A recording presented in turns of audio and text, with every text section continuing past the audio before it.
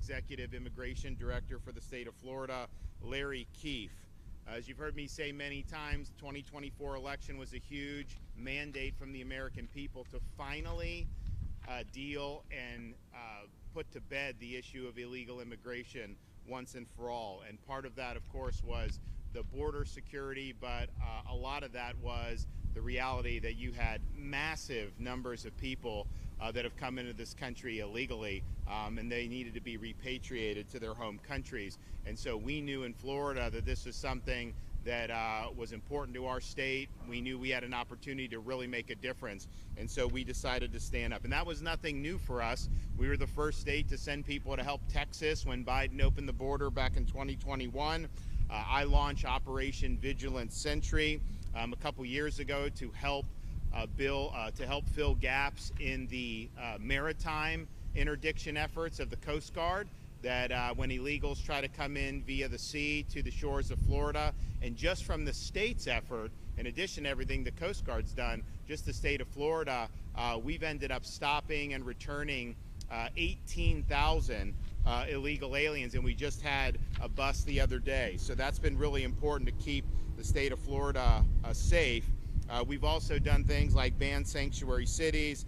We've ensured that there are no ID cards, of course no driver's license, but any ID cards to illegals. We've increased penalties on illegals who operate motor vehicles. And so we're proud to have been a leader in that even before the Trump administration took in. But then when that happened, we sprung into action on our state agencies doing these 287G agreements with Department of Homeland Security.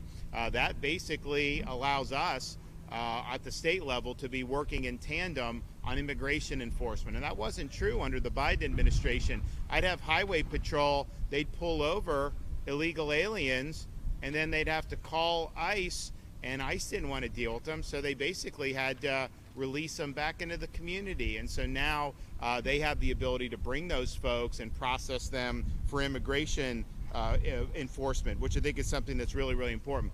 We, of course, called for a special session of the Florida legislature at the beginning of the year, saying, hey, this is our moment. This is what we all campaigned on. Let's get it done. And, you know, we had some pushback on that initially. I think some of these guys, they didn't want to follow through on their campaign promises. They even sent me a bill that would have made things like Alligator, Alcatraz, and Operation Vigilant Sentry illegal in the state of Florida.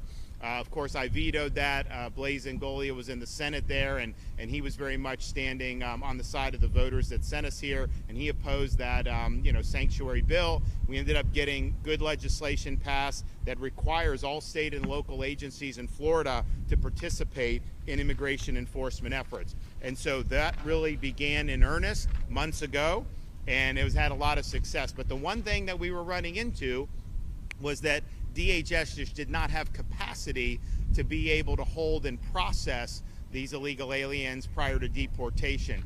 We were using our sheriffs were using some of their local facilities. We would do what we could at the state level, but there was a huge need for additional capacity.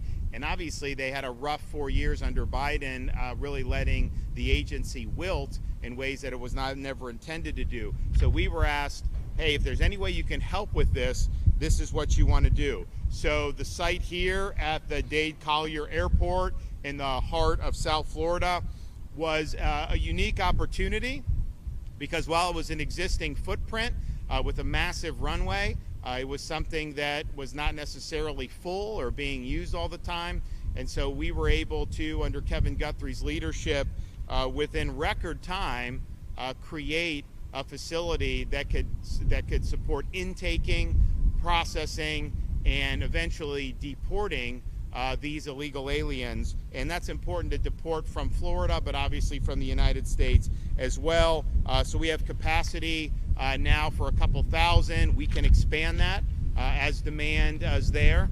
And we're looking forward to being able to do that. I know that the administration has called on other states to follow suit and expand this type of capacity, and I would just reiterate that call. I think it's important. I think it'll make a difference. And so we're here today to say, you know, this was never intended to be something where people are just held and we just kind of twiddle our thumbs. The whole purpose is to make this be a place that can facilitate increased frequency and numbers of deportations of illegal aliens. And that is the goal. And one of the reasons why this was a sensible spot is because you have this runway that's right here. You don't have to drive them an hour to an airport. You go a couple thousand feet and they can be on a plane and out of here. So I'm pleased to report that those flights out of Alligator Alcatraz by DHS have begun. The cadence is increasing. We've already had a number of flights in the last few days. We've had hundreds of illegals have been removed from here, and the federal government has a process of how they eventually do, and they've done it different ways on some of these different flights. But the reality is this provides an ability to enhance the mission to increase the number and frequency of deportations. And so what's been done here has really been remarkable. There's full ground-to-air communications from the airfield. There's air tracking radar capabilities on site, securing all access ports to the taxiway and runway on aircraft arrival. That happens. You got 5,000 gallons of jet fuel on site. You got runway lighting. You got everything you need to be able to do that. This airport is able to accept commercial-sized aircraft and conduct both day and nighttime operations. And so that's what it's all about, to be able to help process and remove folks that are legally in the state of Florida and in the United States of America. So we look forward to this cadence increasing. One of the things when the president came and visited that he approved was deputizing state officers, including National Guard judge advocates, to be immigration judges. And the vision is to just have them on site. You can move forward with the processing very quickly and increase the numbers. And the flow would be, there'd be a high turnover rate here because you'd be constantly doing that. We're working very closely with the Department of Justice. We have not yet had any approval for anybody to be able to come down here and do that, but we do anticipate that happening very soon. And when that happens, you're going to have an availability of a lot of folks to be able to be ripe, to be able to be removed and ultimately sent back to their home countries. I've also pointed out we've been supportive of the efforts that if somebody is earmarked to come here and they would choose to simply voluntarily deport. Now, they're not just going to take your word for it. They're going to take you, chaperone you, make sure that you're on that aircraft and that you're landed in your home country. But there is resources available to do that.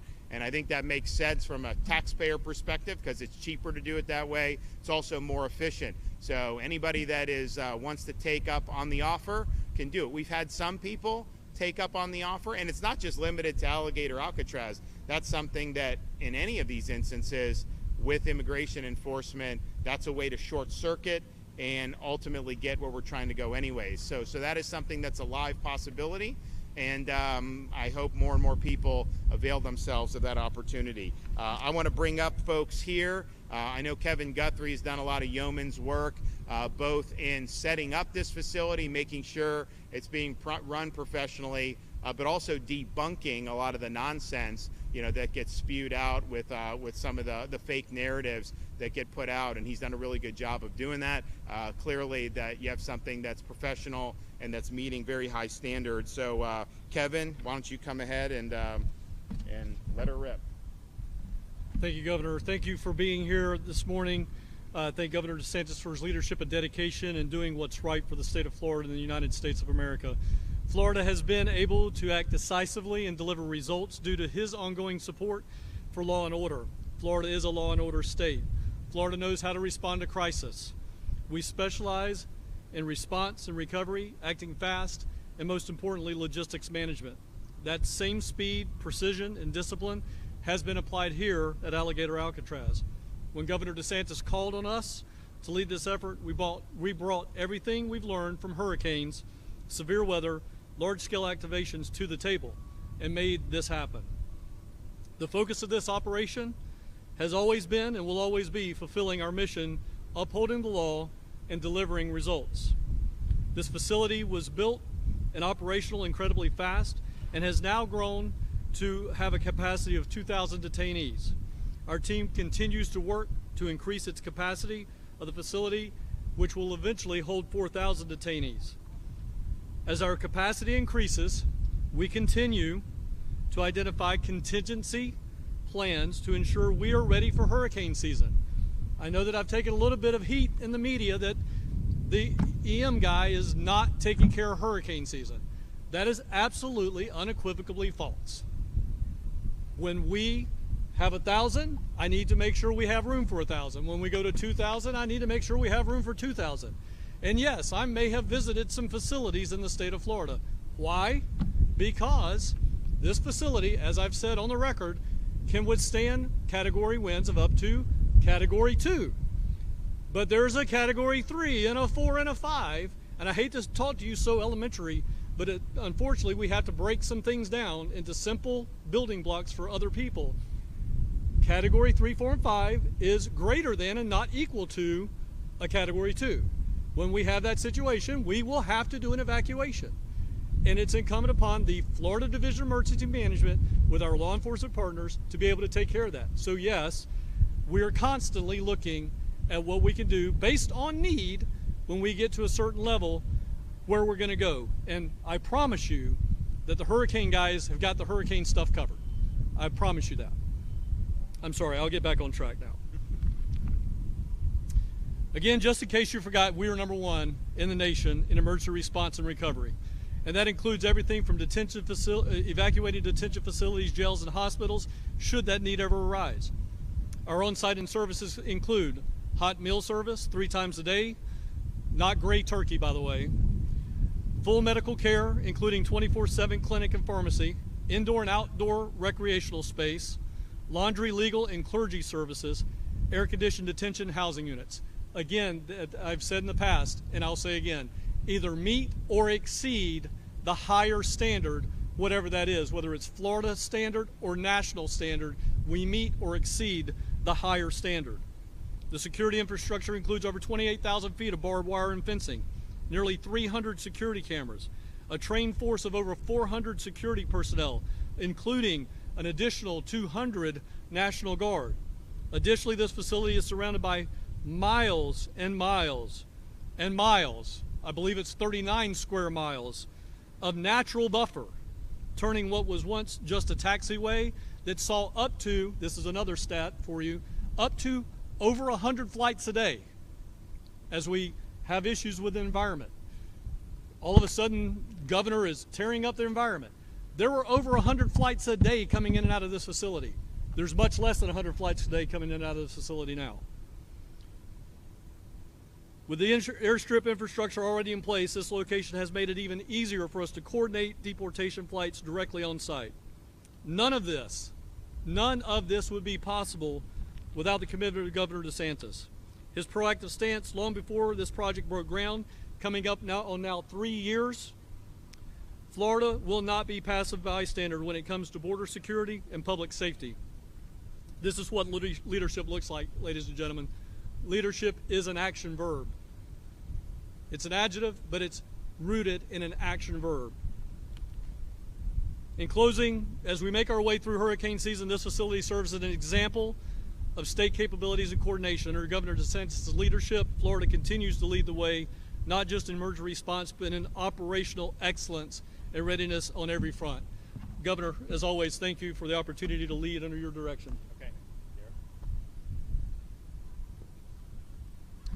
Good morning, everybody. I want to thank everyone for coming. My name is Gary Ripp. I'm the Field Office Director for ICRO here. And again, I want to thank the Governor, and I want to thank the great executives behind me. We face a monumental task, and we have faced a monumental task of righting the wrongs of the last administration. And how we're doing that is through a whole of government approach. Everything you see out here is a whole of government approach. It's all state, local, federal partners working in unison, working as one to resolve the problem of illegal immigration in this country. We've done that through this facility, and we'll continue to do that utilizing this facility. Again, it's the governor's vision, and it's our determination to make that happen. We've already started to facilitate that this week. We've had 2 or 3 removal flights. and we'll continue to have those removal flights. Up to 100 individuals who are illegally present in the state of Florida have already been removed from the United States. And again, we will continue to do that and utilize these facilities to the fullest potential. Again, I thank everyone for their time, and I thank Governor DeSantis for his vision and his leadership. Thank you. Thanks, Blaze. Good morning, everyone. Dade Collier, Chief Financial Officer of the great state of Florida. First, I want to acknowledge and thank President Trump for everything that he is doing to make sure that he is stopping the stem of illegal immigration coming over. And I want to thank our great Governor Ron DeSantis for everything that he is doing. He has basically led on this issue since day one. And we would not be here today. This facility would not be here today if it was not for the governor leading on the issue, because the Governor DeSantis knew the enormity of this problem that was created by the Biden administration. And we knew that somehow we were going to have to get all of these criminal, illegal aliens out of the United States so they don't commit any further crimes. And the ones that are in here, illegal immigrants, we're going to have to do something with them. I know people have been saying, well, is this the right thing to do? What about the cost? We have always been talking about the cost of illegal immigration, and the taxpayers are going to bear the cost of it. So I don't want to hear anyone from the left start talking about cost, because this wouldn't be here if we wouldn't have de facto open borders over the last 4 years under the previous administration, 4 years under Joe Biden. We are doing what is necessary. We are doing what is right to make sure that we stem and stop illegal immigration. This facility and what we are doing at the state and the national level should be a deterrent to make sure that illegals do not continue crossing over the border. I am not going to sit here and I'm not going to apologize for removing criminal illegal aliens from the United States, those who are harming our communities, effectuating drug trafficking, human trafficking, and ravaging our communities. I make no apologies for saying illegal immigration is a scourge on this country. It needs to stop. It needs to stop now. And if there's any illegal immigrant listening to my voice right now, self-deport. Use the app. We will get you home. Do not come here because you will be removed. If you want to come here legally. Come here the right way. Be part of our communities. We are not going to stand for illegal immigration anymore. Larry? My primary remarks today are going to be directed to the illegal aliens who are in Florida, who have not yet been arrested, but who will be arrested. But before I do so, and not just to say nice words to be polite, it's important to understand the significance of this whole thing. President Trump declared and wanted and ordered the largest mass deportation mission in history. That is what we're doing here. And what's very special and very unique about this point in time is you have the genius and mastery of a Kevin Guthrie and his team, and it is a team, it's not just him, at the Division of Emergency Management, who is the best in the world at doing things fast, with a sense of urgency, in an environment of high pressure and high stakes. And it's an honor to work with you and to work with your team. And what he brings to this, in addition to his skill set, is doing things with a sense of urgency. And that is a trait that I will say, Governor, with all due respect, is one that I know you value, and I value as well. Then we have combined with that, who I believe the person who has been chosen by the Department of Homeland Security to be the one that I joke with him and I say was sent to Florida to run all the federal immigration enforcement operations in Florida. I joke with him, they sent him to the best state, the state that's the most effective. The state could, quite frankly, do most things on its own. But that's not why. Why they sent Garrett Ripa here is because he is developing the blueprint or the prototype here in Florida, which the president was just in town here at this very location just a couple of weeks ago, declaring Florida the cutting edge, the best, the template, the example for other states to follow. So Garrett Ripa each day, 24/7, on the Guthrie timeline, is working to bring this all together to make it happen, not so we can do high fives and declare victory in Florida, but to be a national leader under Governor DeSantis' leadership, along with President Trump, making this the template, the blueprint that can be scaled and replicated and be generative for the entire country. So now returning very quickly as I look to the illegal aliens who live in Florida, and I want to say this humanely and with respect, not in terms of finger pointing that this is going to happen and that's going to happen. You are still here. Implicit in that is the notion that you are aware of DHS Secretary Kristi Noem's CBP Home platform. It's an option for you to self-deport, to have your flight home paid for, to receive $1,000 when you arrive back in your home country, and very importantly, for you to be eligible to return to this country in the ordinary course the right way, the lawful way. But it's critical to know, and not said enough in my opinion, is that if you put that off thinking you can take the risk and it might turn out well for you, you should think again. Because if you are arrested and you come to a place like Alligator, Alcatraz, you are not eligible for CBP Home. You're not eligible for that. Now you may think that based on everything that you've seen or heard, that the tempo that you have seen the last 5 or 6 months is the way it is always going to be. I'm here today with some new information. That is not the case. There's two very, very significant things that you need to know about that. Here in Florida, we've been leading all the national numbers with regard to immigration arrests for months. And that is largely to the credit of the Florida Highway Patrol, who's had 1,800 Florida troopers out with their universal jurisdiction throughout Florida, not just on the highways, leading the country making arrests. Just within the last couple of days, the federal government has issued credentials to over 1,200 Florida sheriff deputies and over 650 FDLE agents and other state and local law enforcement agencies, to where we have more than doubled our capability and capacity to effect arrests. That tied together with us getting good, practicing, getting muscle memory and making things happen, I strongly suggest to you is it is a new day each day as we go forward now. Don't look back on where we've been. There will be a surge of arrests, and what you see here at Alligator, Alcatraz, and what's to follow on detention capacity will be here to meet that surge.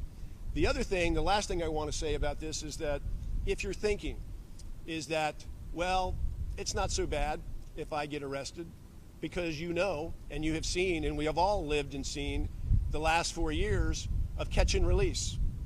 I'll go, I'll get arrested, and an immigration judge will bond me out, and I'll be right back in the community with my lawyer for 4 or 5 years of due process of whatever we can throw on the wall, thinking there may be some amnesty or something might happen. Well, that's other news. There's been a development within the last 2 weeks that has significantly cut back bond release from detention. It is my strong recommendation to you that if you do not take up Secretary Noem on the CBP Home option to return home, that you will very likely be in a place just like this, if not this place, and you will be here for the entire duration of the time that you are exhausting your due process rights. You will not be living freely in our communities while you're awaiting the due process to take place for years or months. So I strongly recommend to you, you consider those things, you inform yourself, make the move on CBP Home before you are arrested. Thank you. And so the flights are going. I think the cadence is going to increase. I think you're going to continue to see the numbers really go up dramatically. And then as there's demand, we can expand the footprint here to 3,000.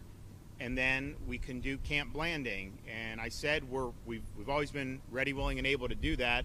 I don't want it to be something where illegals are just being like stored there and then just kind of sitting. I want it to be where illegals are here, there's an aggressive processing and an aggressive deportation schedule. That's what you're seeing starting to occur here down at Alligator, Alcatraz. And when there's demand for that beyond here, up there, then we're happy to be able to respond accordingly. And so we look forward to the increased cadence. We look forward to hopefully being able to get the approval for the immigration judges to be on site here. And we've offered different different personnel that are doing. We're working through different issues because there are logistical issues involved, but President Trump was very clear. He wants to see a force multiplier with respect to the immigration adjudication process, and he wants to speed it up, and he wants Florida to play a role, and he wants the DOJ to approve a way forward there. So we stand ready, willing, and able to help with that,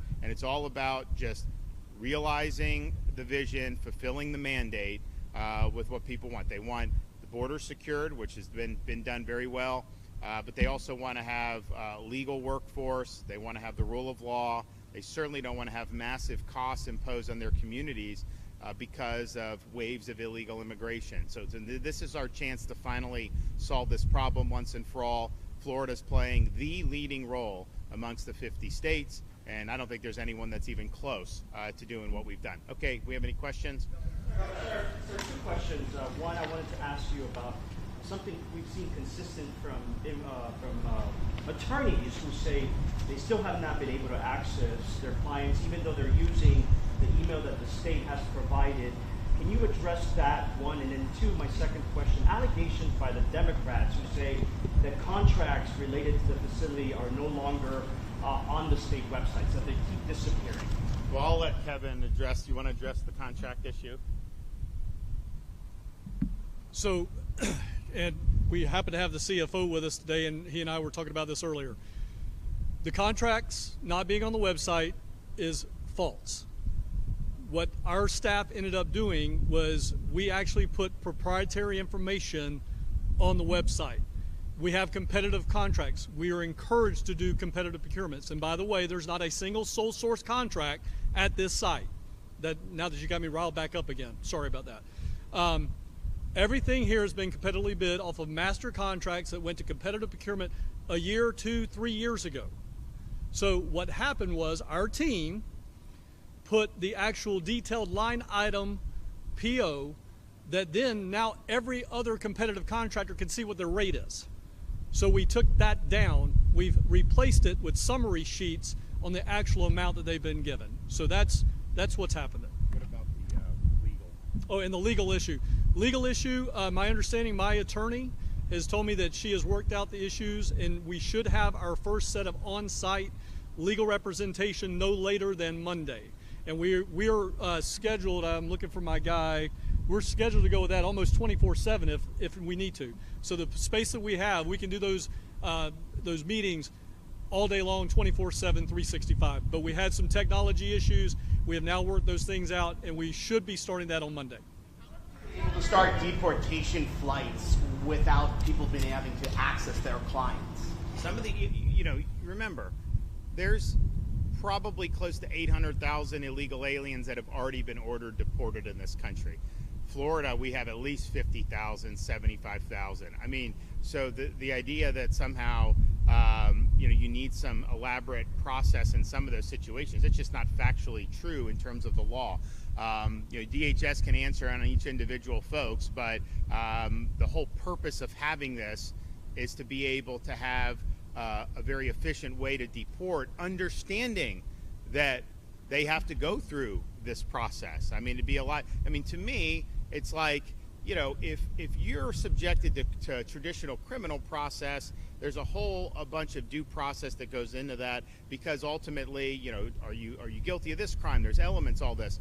This should be a pretty simple process. You either have a right to be here or you don't. And really, that's what we need to determine when you do this. And once that's determined, if you're in this country illegally, then you should be subject to expeditious deportation. And that's the goal of what this is doing. But I know that DHS has a whole process for how they do it. Now, from the state's perspective, we ramp all this up, we're running. Once they get on that plane, DHS handles them and process them, deport them accordingly. So, and there's different ways. I mean, I know DHS has, in some instances, just deported people back across the Mexico border, and that's fine. I mean, whatever they think works is all good and good. Spectrum News 13. Wanted to know, we've spoken with several family members who say they have individuals, family members here. What's being done? Those people are here and they should not be here. They have the proper credentials that say they belong here in the United States. Well, I'll refer that to DHS in terms of how that. I can tell you, DHS is sending people who they absolutely believe are here illegally and are subject to deportation, right? And are on final removal order. There's not a person here that is not on the final removal order. Well, there you go. So everybody here is already on a final removal order. So in that situation, to have a family member say they have the proper credentials when they've already been ordered to be removed through the process shows you that that's not accurate. That they had a process. That process has been executed, and they have found to not have the right to be in this country. I would also just point out, I mean, look, there's a lot of people that have fraudulent credentials. I mean, let's just be clear. When we have E-Verify in Florida, but some of these guys, they have fake IDs. And so if you just run the ID, it actually may come back positive as someone can be here because they think it's somebody else. They don't realize that there's an illegal that has it. But yeah, they've been ordered to be removed from this country, and they have the ability to do that. Your remarks, at the end of your opening remarks, you talked about how the Trump administration, how Florida has been a force multiplier, but it hasn't just been on immigration, it's been on so many other policies, including school, personnel. We heard Trump endorse Ashley Moody last night, who was your pick, and also Joe Gruters for the RNC. What do you think that it says about Florida and the influence that it's having nationally on policies and on personnel in the Trump administration? Well, I think the issue is Florida's led the way for years now. We led the country, dragged this country out of COVID lockdown. We were the place everybody was coming to escape the madness in a lot of these other places, not just in the United States, but around the world. We led the effort to fight against Biden's immigration and border policies. We led the effort against the woke mind virus, whether that was in schools, whether that was in corporate America. We were effectively the ones that nuked ESG. We were the first state to eliminate DE&I. Of course, we've been leading the way on economy 3 years in a row, ranked #1. So I think we've seen issues, we've addressed the issues, particularly when you have some of the far left that's really run amok in some of these places, and may run amok more in places like New York City. If this guy gets elected to be mayor of New York, it's going to be huge fallout from that. So we've continued to lead, and I think the stuff that we were doing prior to the Trump administration taking office, these are the things that conservatives have wanted to see done for a long time. I mean, we've been complaining for 20 years about higher education going off the rails, and yet no one was doing anything about it. So we came in and we've done that. We've really right-sized or course-corrected, I think, positively.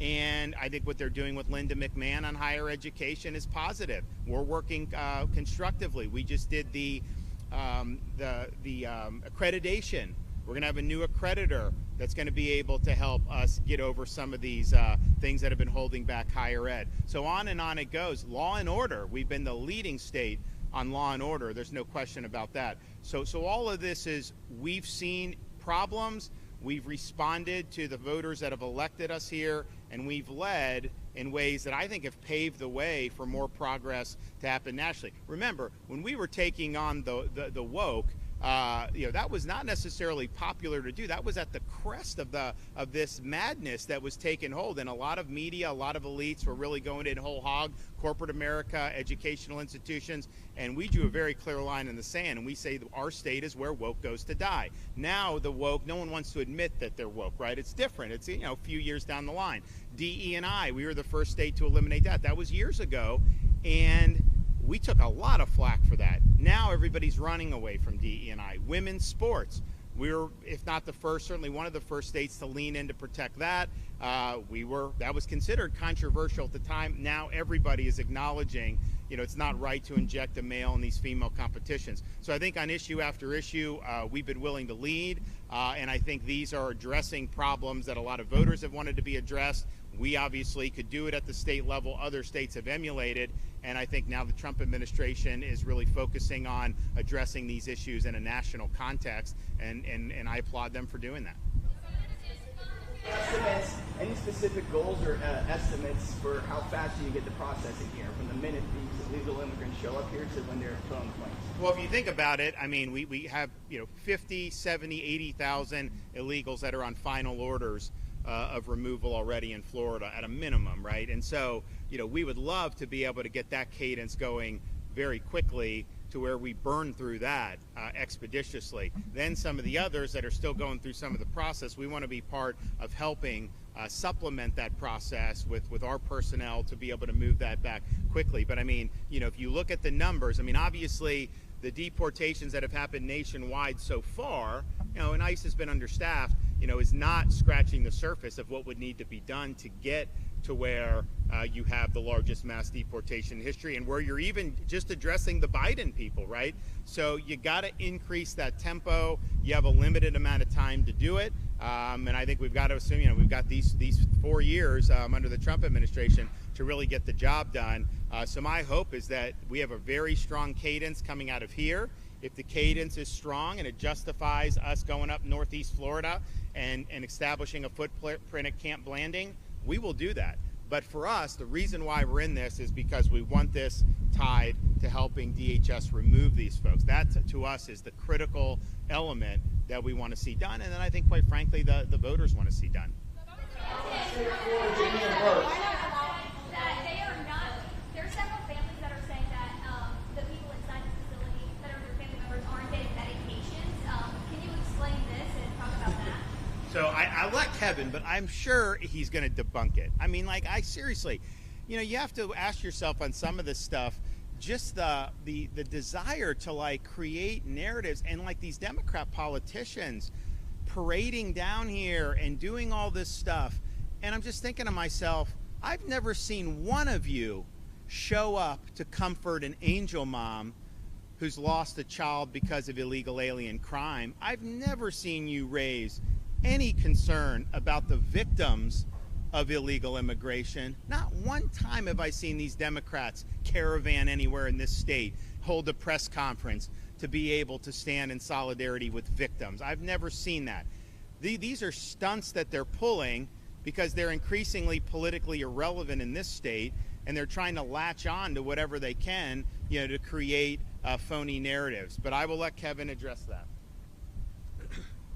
So again, simple answer, absolute crap. We have on this facility the ability of a full-fledged medical center with x-ray capability, sonogram capability, prescription med capability. When these individuals come here, and I'm glad you asked this question. Again, we reiterate, everybody at this facility is on a final removal order.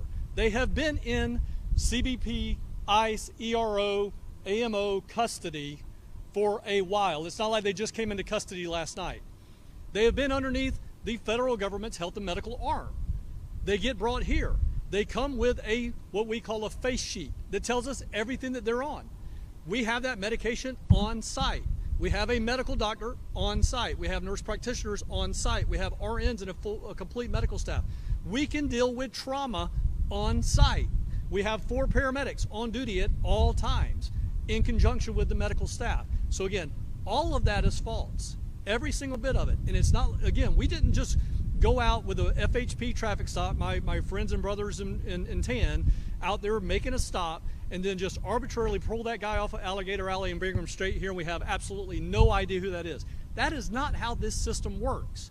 They come from ERO, ICE, CBP to this facility with a face sheet that tells us everything about them. It's absolutely false. Well, and you all, I mean, you have all these, some of these, it's like it's just the lengths that people are going to try to make an issue out of everything. There was one report, one of the illegals said that his ham sandwich was cold. And I'm thinking to myself, you're entitled to toasted hoagies? First of all, Jimmy John's is one of the most successful sandwich places in the country. They didn't have any toasted subs until very recently. They had only done cold subs, and it became a massive success, financial success. Now they do offer toasted subs. I don't think they do cheesesteaks. My kids like the cheesesteak from Jersey Mike's, but be that as it may, to say that the AC's on too much, it's too cold, or this or that, you know, at some point it's like, good grief, like just acknowledge the fact that what Kevin and these guys done has been a Herculean effort to get this up, that they are meeting or exceeding every state or federal standard, whichever's higher, and that this is in fact a force multiplier to be able to assist with the removal of illegal aliens from the country, and that's what it is. And so they've done a really good job on this. I don't even, when I see this stuff, I don't even have to ask him, because I know, like I know that there's that you're not being told the whole story. And I think it's also interesting that, you know, there's folks in particularly corporate media, you'll have a criminal alien ordered to be deported, has committed criminal offenses in addition to immigration, and he will just assert something, and that will be reported as fact with no corroboration. It's interesting. You would never say, if you know somebody that was on law enforcement just asserted, you would always ask questions and you would do that. But somehow, you know, with the criminal alien, you'll just accept that. And why? Because it fits the desired narrative. That's why people do it.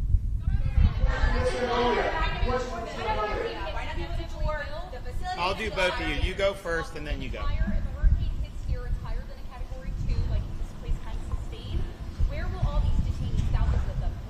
It will depend on the path of the storm. So Kevin has contingency plans. You know, people are like, what happens if a hurricane hit? And I just think to myself, this ain't our first rodeo, okay? We know in Florida, anything is susceptible to have to be evacuated. And there's some areas that may be a little bit more vulnerable, but there's not a single place in the state that you would be totally immune from having any impacts of hurricanes. But it also depends on the shape of the storm, the trajectory of the storm. So they have that built out. And, you know, we do this in different contexts. We do it in the corrections context and have done it in the corrections context. We also have to redeploy first responders. So for Hurricane Milton, we were staged at Tropicana Field, home of the Tampa Bay Rays. It's a convenient, very efficient place to do it. Well, Kevin's watching the storm, he's watching how it's coming, and he made the decision, we got to evacuate them out of there because we think it's going to be impacted by the storm. And of course it was. The roof got blown off, although the roof was supposed to withstand a little more than it did, so the roof got blown off. So those guys were strategically redeployed, and then they got on target just like it was. So that will happen. There'll be accommodations that will be made that's accordingly. This stuff, though, can withstand non-major hurricane, Cat 1, Cat 2. Doesn't mean you can't have it. Now, the more interior you are, you guys who've covered hurricanes know when it hits land, it does slow down. So if we have a hurricane that hits Southwest Florida as a weak Cat 3, by the time it gets here, maybe those winds would be sub Cat 2. I mean, these are judgments that will be made accordingly, and there will be preparations made. And I'll just echo something Kevin said, because DEM is overseeing this, that must mean that they're not doing the standard preparations for hurricanes. That's obviously ridiculous. You know, these are contracted folks. There are DEM personnel who are helping to coordinate, but you know, we've got massive resources that are on standby in the event that we have additional major weather events. And I'm hoping that we don't. And I always tell people, we've had 6 majors in 7 years. We deserve a break remember, we had 10 years. We didn't have any recently. Wouldn't it be great to get another 10-year stretch? And I sincerely hope for that, but I do not expect that or plan for that. We have to plan as if we're going to have more events this year, writ large, even apart from Alligator, Alcatraz. But you know, if you had like a Hurricane Michael trajectory, you wouldn't need to evacuate anybody from here. If you had a Hurricane Irma trajectory, then you'd probably need to make some accommodations. And so these are things that these guys will watch. They have contingency plans. There's not one specific place where they will go to, because you don't want to evacuate people into additional storm. You mentioned these medical facilities. You mentioned, you know, the laundry facilities and even the living quarters. Instead of taking the detainees' word for it or your word for it, why not allow us to go tour the facility today or another day? Because so far we've been denied. Well, they have done that. When the President of the United States was here, we had the White House press pool that was following us through all these facilities. You know, you've had different politicians that have come. Now, a lot of them have been posturing, but they have come. Here's the thing: this is not a spectacle, okay? You don't get to go into other facilities willy-nilly either. I mean, that's just the reality of the situation. I think they have a job to do here. I think they're doing it, and I think that they're doing it well. And so we're going to continue, and Kevin's going to be able to make judgments about what's best for the mission, and I'm going to stand by his judgments on what's best for the mission. Was there on camera where we actually had a state trooper acknowledge that he would get a $30,000 bonus now, a $30,000 bonus after capturing a documented migrant? I'm curious if law enforcement are okay, giving but any incentive. I mean, with respectfully, and where are you from? Okay. How many illegals have been apprehended by state law enforcement? Thousands and thousands. Do you honestly think we could underwrite a $30,000 check for each illegal that was apprehended with those massive numbers? Of course not. I mean, of course not. So I'm not sure where that's coming from. I can tell you that I worked very hard to get pay increases for Florida Highway Patrol in this year's budget. I wanted 25% for experience. We didn't get quite that much, but we did get a significant, and we'll probably work more. No, but I mean, the idea that you'd get 30,000 for every illegal, that wouldn't even be cost effective. So I'm not sure where that's coming from. Getting reimbursed from the state of Florida, getting reimbursed. Same as you would through any FEMA reimbursement. Exactly how many detainees have been flown out, and if they're being, or are they being deported, or where are they being taken? So there have been 100 full deportations just out of here. There have been many other hundreds who've been flown out of here. The way the federal government does is they have some areas that are considered kind of hubs. And so I know some flights have gone to Louisiana, and then they will go from Louisiana. And it makes sense logistically because, if we've got a plane full of people here from a variety of nationalities, if you go to a central hub, then you can pool the nationalities and send one flight to one place, another flight to another place. So that's what we're doing. But there have been 100 folks that have fully been deported, and there have been many hundred that have been exited this facility and are en route to be deported by the federal government. And look, I think a lot of people getting them out of Florida is a huge thing. It's like we obviously had a transport program, send to California, send to New York, send to Martha's Vineyard even. And we were happy to do that because I think it relieved burdens on Florida. But yeah, so they've got a process that they're doing. Now DHS has run into some more money now. I think you're going to see an expanded footprint in their capacity. I think you're going to see an expanded detention footprint in their capacity. And I'm all about, people say why are you getting involved? Because we need it. That's why I'm getting involved. If DHS had 100% capacity to handle and process 100% of the illegals, then I'd be happy to just say, you know what, we've got other things to be doing. But we're needed in this fight now. Other states have been asked to step up. I hope they do. And I think you're going to see DHS's capacity continue to increase. But right now, they've they had 4 really tough years in terms of the attention and the direction. And so it's a new day, but it takes some time. Governor, are these immigrants being sent to places like El Salvador, or are they being sent to their country of origin? And then on top of that, if you were to step under this tent, I guarantee you we all smell like bug spray. That is a luxury that we can afford. Do you know what's being done for the immigrants inside the tent and any mitigations? It's uncomfortable. Well, one, I don't have bug spray on. I know people have it or what, but so on the deportation, look, that's a question for DHS. As I said, they've got processes that they go through. They can do a direct deportation from here. They can do to one of the hubs, and then the hub can take them. And I know that they have used El Salvador. I don't know that anyone from here has gone there yet.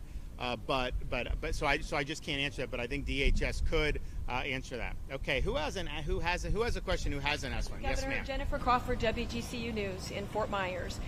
What concerns do you have about an expanded footprint of this facility on the Everglades, which you have really fought hard to restore? None, because we've looked at it. It doesn't have an impact. As Kevin said, there were hundreds of flights going in here, training flights. There are less flights now doing that. Everything that you see built is on the existing infrastructure, so it's not going to have an impact.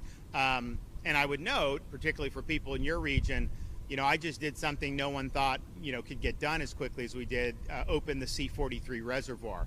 And so you remember before I became governor back in 2018, there was a lot of water being spewed out of Lake Okeechobee. It interacted with the red tide. It created some real serious problems for quality of life, tourism, and the economy. And now we've got a massive reservoir that can store that water, clean it. It can send to Southwest Florida in the dry season when they want it. And that is a huge, huge thing. So the number one environmental issue that was present in 2018, this stuff being spewed in from the lake, we addressed it head on and have completed this massive infrastructure project. And if you also look at the hydrology of the Everglades, what I said was, we got to have water flow south as nature and God intended. And the amount of water flowing south compared to when I became governor, dramatic increase. This thing, I looked into, should we buy it and then grow over it? Would that? But it doesn't really do a lot to increase the hydrology. That money could be spent much better doing the stuff that we're doing. So there's not going to be an impact here. But even if this wasn't here, if I had to pay money to mothball it, I think that money would probably be better off doing the pump stations like we're doing at the EAA reservoir that the Army Corps has given us responsibility over. So that's going to be bid on and procured. We're going to move forward with that. So all those things I think are very important, but this has been huge success that we have had with Everglades restoration. We're continuing the momentum. This delegation of authority that we announced down in Marco Island last week, huge deal for the state of Florida. They were looking at the federal share being done 2034. Now it's going to be done 5 years earlier because the state is being given resources to be able to go forward and do this. And so it's been a huge cornerstone of what we've done. The progress is undeniable. This is not, anything that's impacting. In fact, there are less flights as a result of what we're doing than there were before that. Okay. All the waste. What happens with all the? They truck it out. Yeah. There's no sewer. They just truck the waste out. They bring in potable water and they do it. So look, that's more expensive to do. That's more cumbersome. But we weren't willing to do this facility if we weren't managing that in a way that was not going to have impacts. And so that's what we're trying to do. So they're running these things out of here all the time. And I think they've done a really good job doing it. And they're basically, this existing concrete is what they're using. You look, there's grass in the interior here. Honestly, there'd be no reason that you couldn't use that's not going to affect the Everglades. But they're not even using that. They're literally just staying on the concrete. So I think it's been a really incredible footprint that they've been able to do with this. Senator report that talks about the state now doing self-deportation. Can you talk about that? Can you talk about the state doing self-deportation? Yeah. So the self-deportations is, obviously the feds are doing it. We're willing to do it as part of this FEMA reimbursement as well from here. Now that's got to be supervised because some of these people, we're not just going to hey, take a ticket. See, no, they're going to be escorted. They're going to do that. But when and so we've done. How many have we done? We've done it not from here necessarily, but statewide. We've done it. 20-something. Yeah, we've done 24 self-deportations that have been funded. But any self-deportation out of here, if we pay for the ticket, that is subject to FEMA reimbursement, we believe. So we're happy to do that. I think it saves money. Honestly, it saves the state money because there's a lot of burdens that get placed, when you have this many folks doing it. So we'll keep providing updates on this. I think you're going to see the cadence on these flights start to pick up. Obviously, honestly, to get to where we were at the beginning of this month and now have flights leaving already with a facility that's been built out, that's incredible. It's incredible work by Kevin Guthrie, incredible cooperation with DHS and the Trump administration. A lot of hard work has gone into it. So thanks for everybody that's been involved in this. This is making a difference. This is just the opening stage. You're going to see this really ramp up, especially given DHS's infusion of cash and particularly all those illegals that are already been ordered to be removed. We need to get that done. The rule of law really depends on it, and the vitality and safety of our communities depend on it. Okay, thank you. Where are we headed next?